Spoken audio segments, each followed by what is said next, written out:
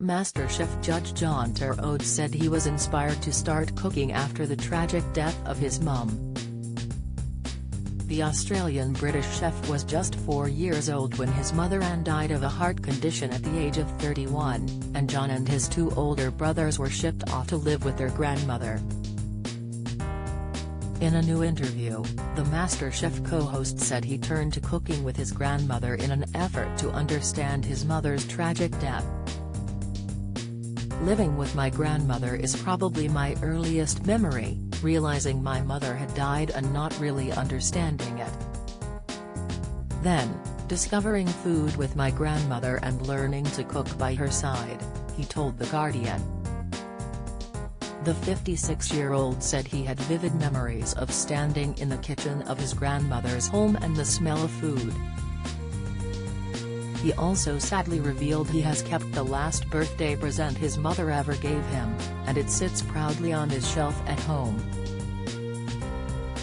"I've still got the Chitty Chitty Bang Bang car my mother gave me for my 4th birthday," John shared, as he briefly touched upon his loss. He said he has no idea if her death made him a different person, and he and his older brothers only saw their father a handful of times before they moved back home with him when John was 10.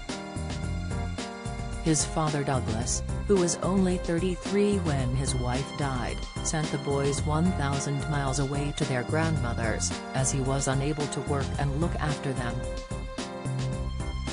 Despite a tumultuous few years, John said he had a fantastic childhood, and he was full of admiration for his inspirational father. "We were allowed to be as adventurous as we wanted," he recalled. "Our back gate opened onto the beach in Melbourne."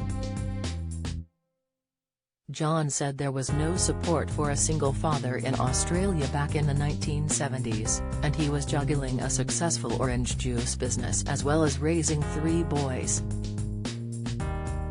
Back in 2014, John discussed his memories of his mother, and said he was too young to remember her. "Sometimes I'll watch people with their mothers and think, wow, what is that like? But I had an amazing grandmother who took us in and created an incredibly loving home," he told Mail Online.